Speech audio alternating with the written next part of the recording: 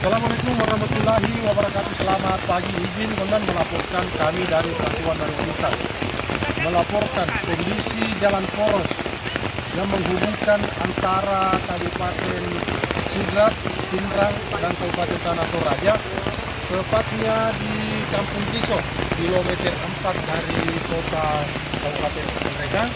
Seperti yang terlihat sekarang ini, arus lalu lintas lumpuh total disebabkan karena terjadinya longsor, akhirnya timbunan material tanah menutupi seluruh badan jalan yang ketinggiannya mencapai 4 meter.